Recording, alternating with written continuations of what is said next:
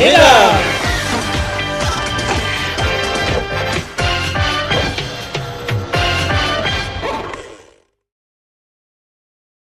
IBM héberge toutes les données de Roland-Garros et le site web dans un cloud privé, autrement dit des serveurs qui sont situés aux États-Unis et qui vont permettre d'avoir un accès immédiat à toutes les données de manière sécurisée. Nous allons voir ensemble comment cela fonctionne. Stan, est-ce que ça te dirait de faire la météo des serveurs? Oui.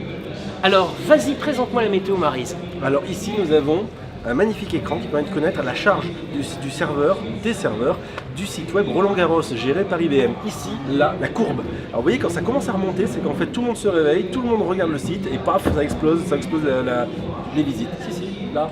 Ah oui, exact. Alors en parlant de visites d'ailleurs, vous voyez le chiffre ici, ça n'arrête pas de tourner, plus de 52 millions, ça c'est le nombre de pages vues. Énorme, hein. Et juste à côté, le nombre de visites par jour. Magnifique. C'est énorme aussi. On n'a pas ça sur cette année, ben main. Ah, pas tout à fait. Et puis ici en bas, nous avons le ping. Qu'est-ce que le ping? Alors, ça permet de savoir si le serveur répond et à quelle vitesse il répond, et savoir donc s'il répond bien et qu'il arrive à tenir la charge auprès des clients d'IBM, notamment les internautes. Vous l'aurez compris, il y a plusieurs serveurs, donc plusieurs pings, et vous les voyez ici dans différentes villes. Londres, Philadelphie, etc. etc. Somptueux, hein. C'était bien? Oh ouais.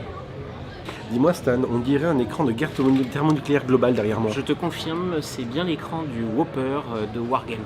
Le Whopper, c'est pas un sandwich qui... Non, c'est un ordinateur pour la guerre thermonucléaire globale. Eh bien là derrière nous, ce n'est pas la guerre thermonucléaire globale, mais c'est la guerre des serveurs. C'est exactement le plan qui permet à IBM de savoir s'il y a des attaques de certains de leurs serveurs.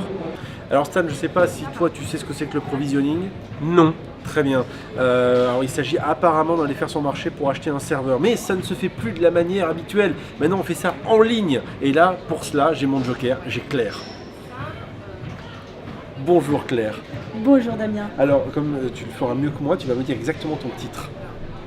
Alors je suis responsable des partenariats sportifs chez IBM. Voilà, donc Claire elle sait tout sur tout et elle va nous expliquer en quelques instants comment aujourd'hui on rajoute un serveur quand on en a besoin en 2-3 minutes chez IBM. Alors pour ajouter un serveur en 2-3 minutes, on va au marché et on va acheter son serveur, on le ramène chez soi, on le déballe, on l'installe, on sort tous les cartons, etc. Mais il y a aussi une autre solution qui consiste à simplement provisionner un nouveau serveur de façon virtuelle. Donc on le voit là, le système va chercher quel est le site qui va héberger ce nouveau serveur et dérouler en quelques minutes et l'installer pour que le site soit disponible. C'est très rapide.